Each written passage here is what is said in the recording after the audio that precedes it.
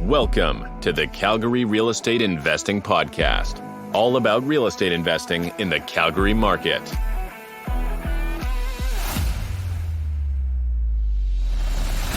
Today's show is sponsored by Mikasa Home Inspections, Calgary's top-rated home inspection company. Mikasa understands that the highest quality of service is essential, so make sure to call Mikasa before your next real estate deal. And now your host, Corey Peckford. Hi guys, Corey Peckford here. Today I had a great conversation with an amazing couple, Patrick and Alisha, who work together as an investment team. I really like how they bring different skills and abilities to the table and how they take advantage of those differences. Basically, together they make up their own power team. So with their first investment property, they did most of the renovations themselves, and they were very strategic in how to do those renovations. They didn't over-renovate, and it was based on their location and tenant profile that they were looking for. I think you'll really enjoy today's podcast. Hi, Patrick and Alisha. Welcome to the Calgary Real Estate Investing Podcast. Great to have you guys today. Could we just start off, you guys just tell me about yourself and how you got into real estate investing? First off, thanks for having us, Corey. We really appreciate it. So most of my career has been spent doing labor jobs, a lot of everything, construction, concrete work. I work up north in the oil and gas industry right now. That's kind of my background. And I played a lot of sports and was very active as well growing up. I'm Alisha and I work full-time as a marketing manager for a private lender. I'm also a licensed realtor in Alberta. And yeah, we invest in rental properties on the side from our jobs. And yeah, I would say how we got started in it. Okay. So it was a couple of years ago, 2 years ago, and we were both very unhappy in our 9-to-5 jobs, like very miserable. And one night we were driving home, I think from her parents' place. And she mentioned that she had been talking to a friend about somebody that does real estate investing and asked me if I'd ever be interested in that. So potentially doing a fix and flip, I think it was at the time, is what we were talking about, specifically because I have a lot of hands-on labor work. And she's like, we could come at this from a team perspective. You could handle the renovation side of things. And with her background, she could handle more of the business side of things, right? Yeah, and smart. That's a great way to tackle both sides of that. Yeah, exactly. And so that's kind of where it began, was with that conversation. And it's grown into a lot more than that, what that initial conversation was. But yeah, that's where it started. Oh, cool. Let's talk about your first investment property. If you guys could tell me kind of how that came about and just, some background in that, that'd be awesome. Yeah, so I think bought the first one in March of 2020, I believe. And it was a semi-detached duplex. So it had a legal suite already in the basement, but it needed a lot of work. We'd planned to renovate the whole thing and actually live in it while we were renovating. So yeah, not only were we doing the renovations ourselves, but we lived through the chaos of it. Yeah. So it was in bad shape, but like the structure and the bones of it were still pretty good. It wasn't going to require like a full down to the studs gut, basically just updating kitchens, updating bathrooms and flooring, kind of a new paint. So the reason we went for that one was because it was the right amount of work that we could add value to it through sweat equity, but not overwhelming as our first property. And it's in the community of Bowness. So the standard of renovation there isn't too high.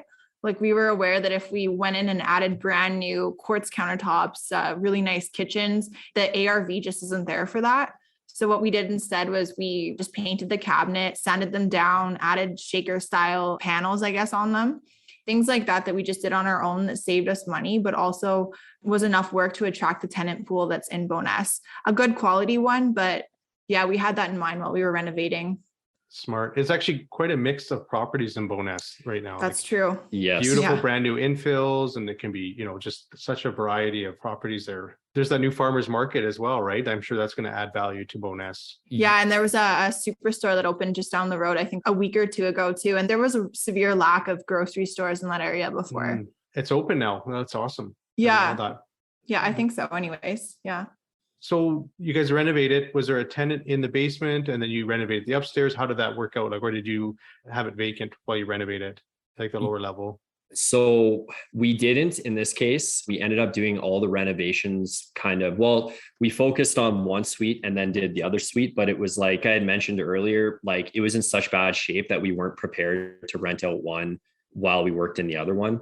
Not only that, but we were also living in it. So it was like very hard to have to live, because it was 850 square feet, 2 bedroom, 1 bath. It's very hard to live in that and renovate that at the same time. So having the basement suite there as well too kind of helped us along, being able to put tools down there, all sorts of materials and stuff, right? So that said, though, we tore up the drywall in the shower downstairs and upstairs, and we didn't have a workable bathroom, so we had to go to my parents' house to shower at one point. So I think if we did that again, we would do it different. Yeah, you do the one, and like you said, like live in the one, do the other one, and move. That's a great strategy to do it, for sure. Yeah. So older property, like what kind of age are we talking for a property? Do you guys remember? 1972, and it's a semi-detached. So there's another side to it as well too that we don't own.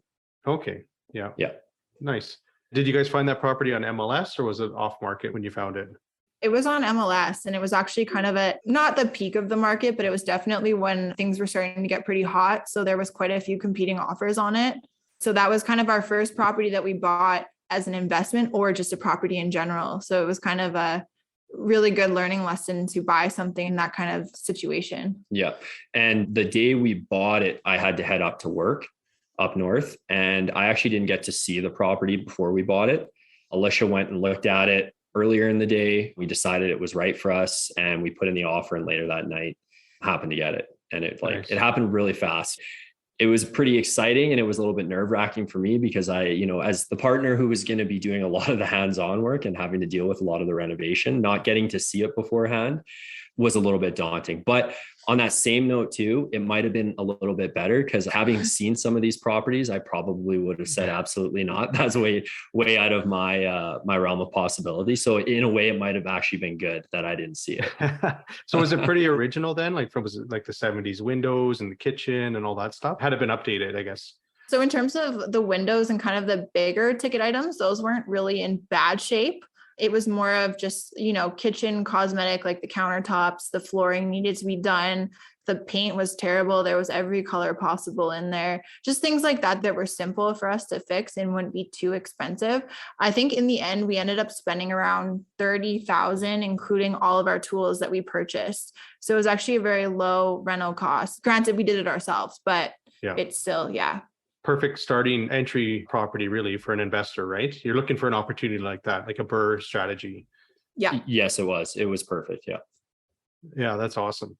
And it's been obviously a good investment. You've got it rented, and it's been yes.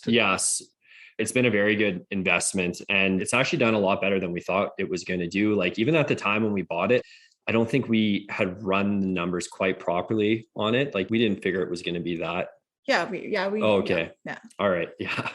Yes, we did. I ran the numbers. Okay. She did that part of it. I was not in on that part, but it's been an awesome property. And on that same note, like we find that the semi-detached, like the half duplex with the suite in the basements of them, are some of the best investment properties that you can get in Calgary. And you said this one was legal. It wasn't illegal. It was actually recognized by the city already. It was, yes, they had gone through the process of legalizing it already.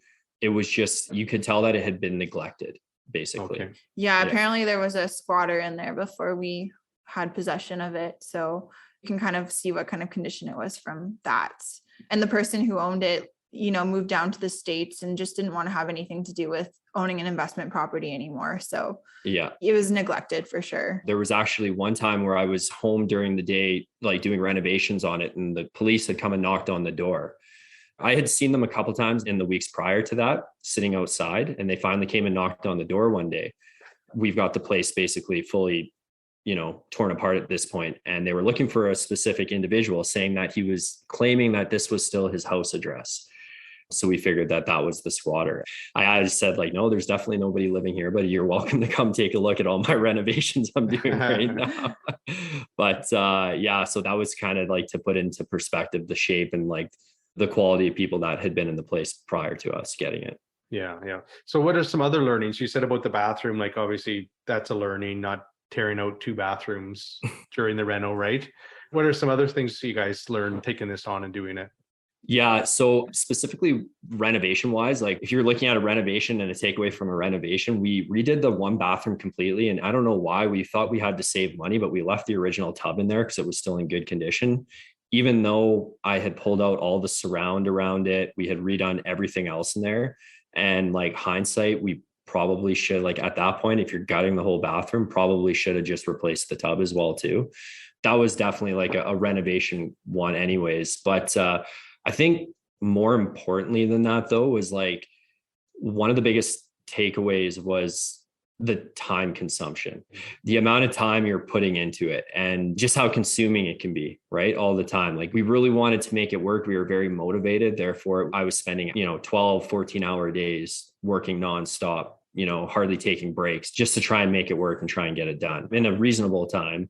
Yeah. So that like the deal would work out good for us. Right. So yeah. And I think just to add on to that, we underestimated the kind of toll it would take on us mentally living in the renovation zone again. Just, I don't know, I was working, my 9 to 5 and then coming home and seeing all that chaos and you're in it doing all that work. And it's like, we can't get away from it. We can't relax afterwards. We just look around and say like, there's this much stuff to do tomorrow and you don't get to go home from your renovation. So I think that was kind of a wake up call for us that we didn't realize it was going to impact us that much. Yeah, for sure. I've done a live-in reno before, but at that point I was living on my own, so I could handle the chaos. But as partners, I think it'd be really challenging. Like if you throw kids in the equation too, then it's just like another level of couldn't even imagine. Yeah, like then to be in that space with you got all the equipment, tools around, and things torn apart. Yeah, chaos. Chaos is stressful for sure. Investors always want some sort of edge, with the market. If we could just talk about like the Calgary market, what do you guys see happening? The current conditions, that kind of thing. Yeah, so we actually listed that bonus unit. We had a turnover in it and we listed it for rent a couple of weeks ago. We increased the rent by $150 a month. So it's $1,450 for the upstairs now. And we had just, I think, under 200 people interested in the unit.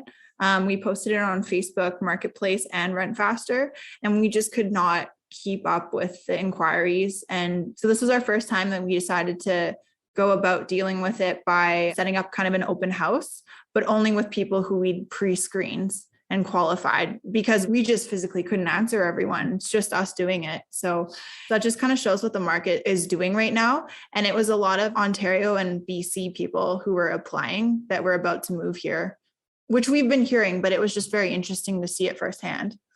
Yeah. So to go back around on your question, I think as an investor, when you look at the rental market here, it's like, for the last 10, 15 years, it's been very much in favor of tenants and of the people looking for the properties.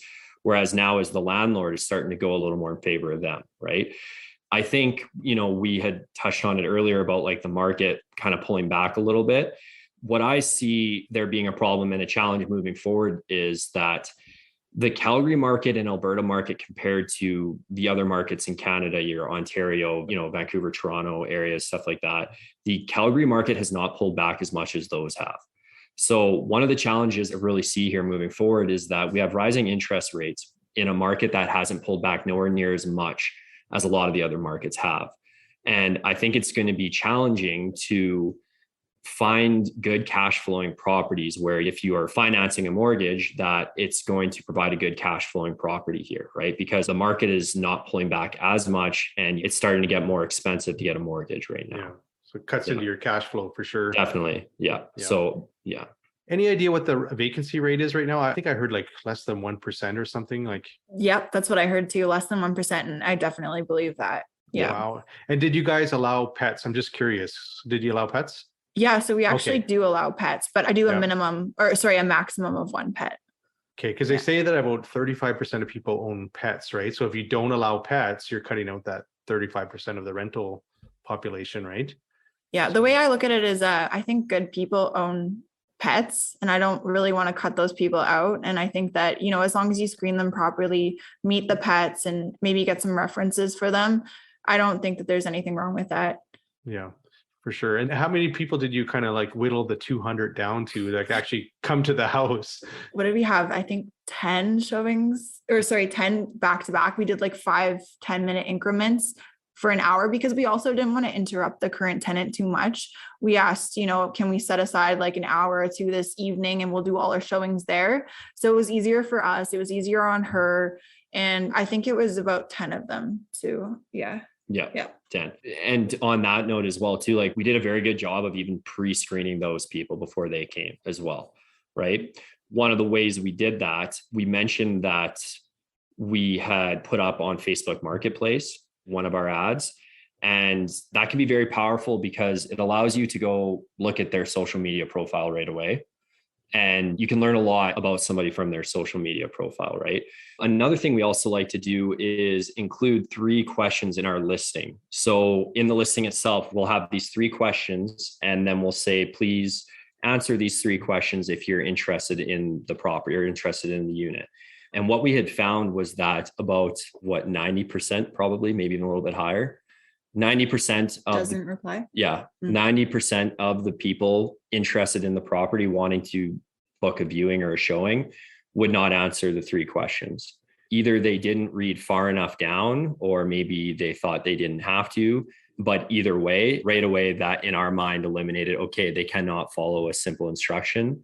We don't think that we even want to show the property to these people, right? And so it was a very easy way of like immediately screening people out, especially when you're facing like that many people replying to you. What were the 3 questions? Do you remember them? Yeah, it was, when are you looking to move in? Who's going to be moving in? And do you have any pets?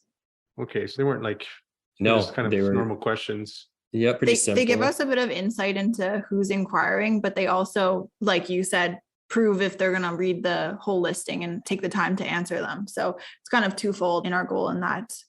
Yeah, smart. Yeah. And then did you end up with like 2 like people that were like perfect? And then how did you kind of split the difference there with who you went with? So I narrowed it down to 3 of them, actually, 3 3? really good candidates. And I actually had a difficult time choosing between them. Ultimately, what made me decide was a credit check. Normally, I don't put too much weight on it because I think that there's more to a person than just their credit check, but I needed something to help me decide. And one of them was in the 500. So I eliminated that person, basically. Yeah. I see. Yeah, you got to find a way to filter through, right? And make that decision. Yeah, exactly. So for a new real estate investor, someone that maybe is going to do something like you guys did, which is awesome, what advice would you give them? If you guys could also touch on maybe a mistake that, just something that you could give them some insight so they don't make the same mistake. In terms of advice, especially for somebody new, maybe a first-time home buyer, somebody younger who's finding it, maybe difficult, sacrifice. I think we sacrifice a lot in our personal lives in order to kind of achieve buying our first property, right? Like we had a very strict budget that we created for ourselves just to help save for the down payment on the property. We gave up a lot of things like nice vehicles and stuff, vehicle payments, eating out a lot. What else? And like we said, house hacking, like we don't want to be living with our tenants, but we know that we're going to be able to get more mortgages and we're going to reach our long-term goals if we're making sacrifices like that. So you have to be willing to make those sacrifices to reach your goals. If you're not going to go all in and put that effort in, then you're not going to get where you want to be. Yeah, definitely. Yeah. A mistake. I think the biggest thing is like, you can't be afraid to make a mistake, honestly. Don't be afraid to make that mistake. Like, for instance, we had a property we had under contract actually a couple months ago. And it was last year sometime. And we had got a contractor. It was going to be a big project. And we knew that from the beginning. And we got a contractor in there to have a look at it, to quote us on it. And it was significantly more than we were going to be able to handle. And we recognized that. And although we didn't know that going into it, and we kind of made a mistake about jumping in and getting it under contract, we were not afraid to back out of it and kind of step away from it, right? But I think it's more importantly, we weren't afraid to make that mistake. Like, okay, maybe we overstepped a little bit on this one, but we made a move anyways, right? So I think don't be afraid to make a mistake. Yeah, don't get stuck in an analysis paralysis where you don't do anything. Yeah, exactly. Yep. Yeah.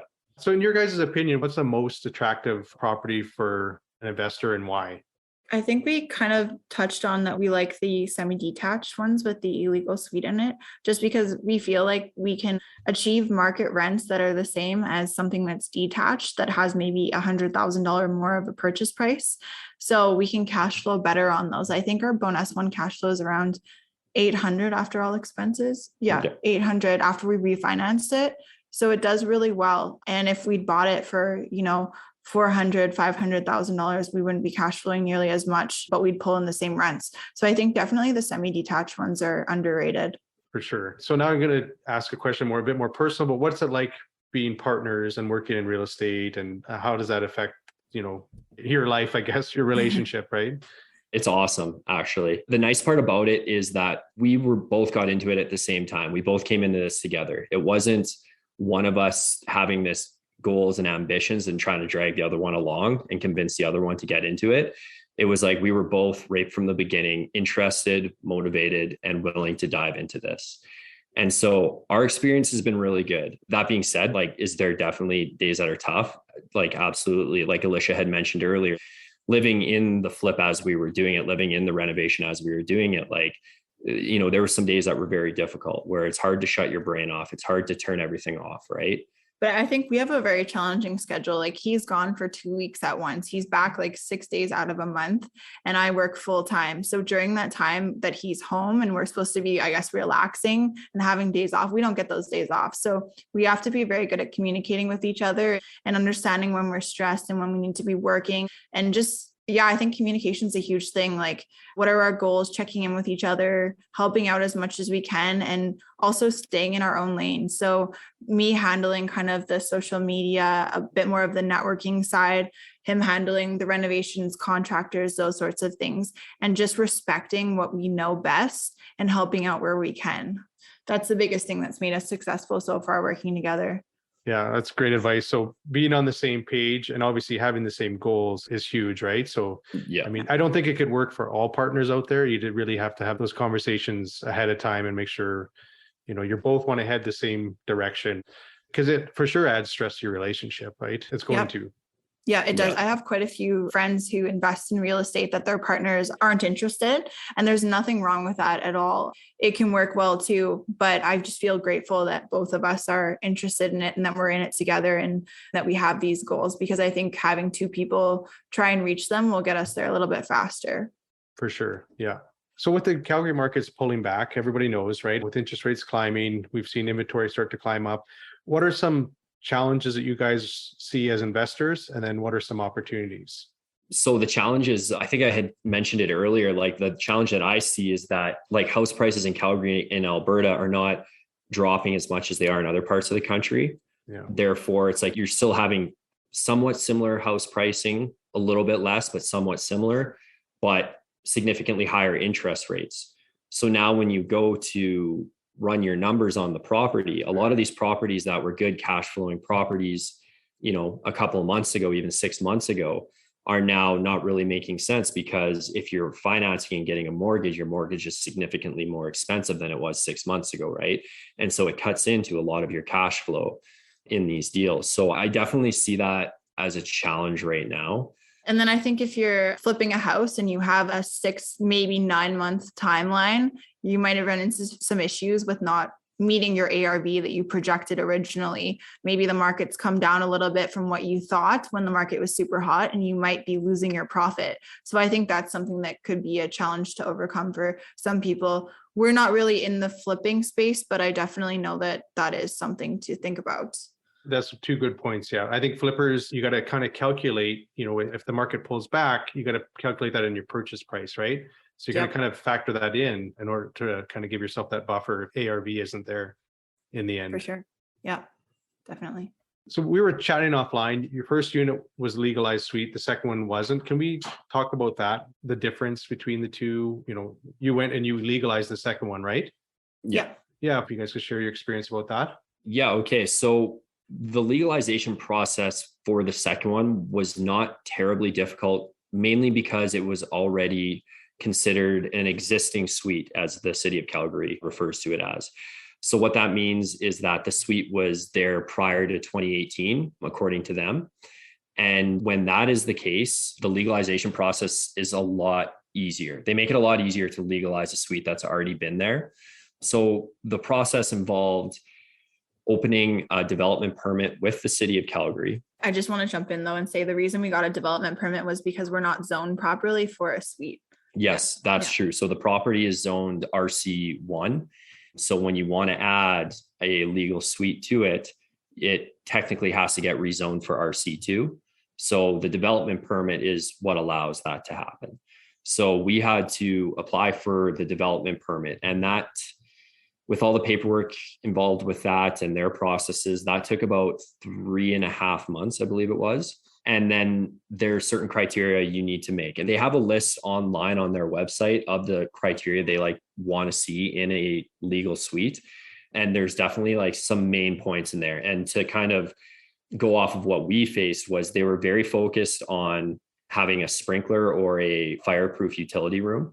I don't believe they allow sprinklers anymore. No. They only allow drywall in your utility room now. We were one of the last ones that they allowed a sprinkler in. So we had sprinkler in our utility room. And then another one they gave us a lot of grief about was we only had one parking spot in the back off street. And for one of their criteria, they would like to see 2 parking spots, one for each unit in the building. They were not willing to work with us on that at all. That was a pretty cut and dry, like you guys have to add this in, otherwise we will not approve this, right? So what did you do? Were you able to legalize or? Yeah, I was able to take out part of the backyard and basically reconfigure the fence and just basically expand the parking spot that was there.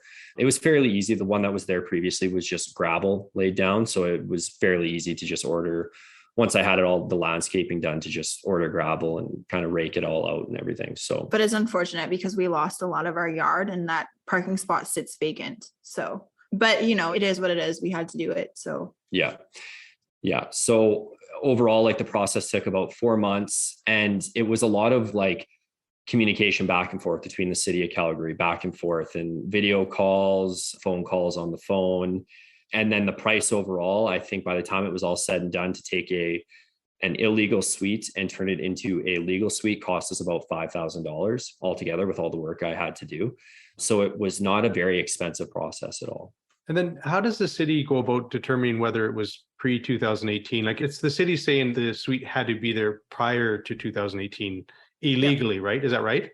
Yeah, that's right. And I don't really know, to be honest, but what we have heard from some people is that one girl told us that the city came in and determined that her stove plug-in was dated after 2018.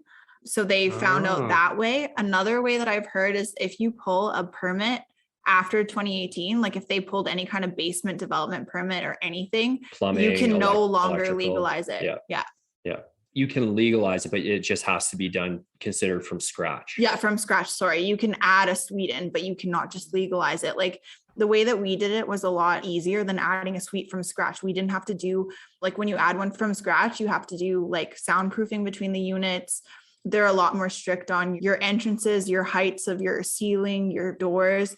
They go in and look at a lot of that stuff too, that you don't have to worry about when you're just legalizing one. Yeah. Same with heating, right? Heating can also be I was just going to say that's one of the biggest ones is like they want 2 separate sources of heating for the upstairs and the downstairs unit. So that one can get pretty expensive when you're doing that one. So, but yeah, to go back on your question, it's like they'll look at the permits, if any permits have been pulled recently for plumbing or electrical.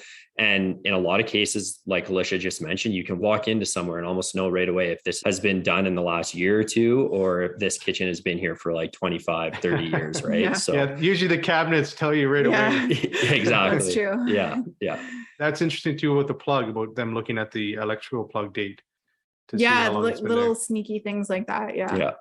Good information to know for sure. Mm-hmm. So what would you guys say would be the pros and some cons to actually, for people out there that are looking to legalize an illegal suite? So some of the pros would be, for instance, if you wanted to do an Airbnb in your basement suite, which is starting to become very popular.